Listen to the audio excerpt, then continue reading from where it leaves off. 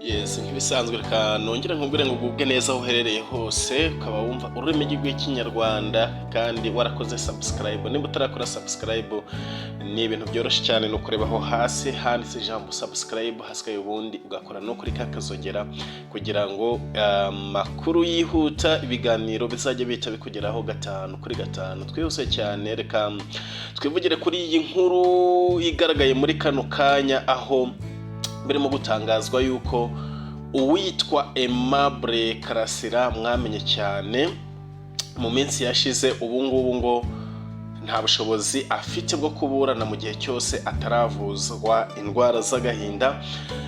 N'amakuru rero atugeraho arimo kuvuga ko urugereko rwihariye rw'urukiko rukuru rw'u Rwanda rwatangiye kumva mu mizi urubanza ruregwamo Karasira Aimable wahoze ari umwarimu muri kaminuza y'u Rwanda, aho umushinjacyaha yamureze ibyaha bitandatu birimo ndetse ibikomeye nko guhakana jenoside no gukurura amacakubiri mu banyarwanda. Rero Karasira Aimable aburana ahakana ibyo byaha, yabwiye urukiko ko nta bushobozi afite bwo kuburana mu gihe cyose ataravuzwa indwara y'agahinda gakabije avuga ko afite. Hanyuma ubushinjacyaha bwavuze ko bushinja Karasira Aimable gukora ibyaha bitandatu, ari byo byaha birimo: icya mbere guhakana jenoside, icya kabiri kuyiha ishingiro, icya gatatu gukurura amacakubiri, icyaha cya kane ngo ni uguteza imvururu muri rubanda, icyaha cya gatanu iyezandonke, icyaha cya gatandatu kudasobanura inkomoko y'umutungo we. Uretse iyezandonke no kudasobanura inkomoko y'umutungo, umushinjacyaha yavuze ko ibindi byaha byose byashingiwe ku biganiro yakoreye ku rubuga rwa YouTube. Mu gusobanura ibyo birego, umushinjacyaha hari aho yifashishije video z'ibiganiro Karasira yagiye akora ku cyaha cyo guhakana jenoside. Bimwe mu bigize icyaha nk'uko umushinjacyaha yabivuze ni amagambo ya Karasira ubwe, aho ngo yavuze ko jenoside itigeze itegurwa, ngo haba mu manza zikomeye zabereye Arusha ntaho byavuzwe ko jenoside yateguwe. Atari ko mu Rwanda ntiwabivuga, ni ukugendera ku bya CNLG. Ibyo rero ngo ni Karasira wabivuze muri ibyo biganiro bye.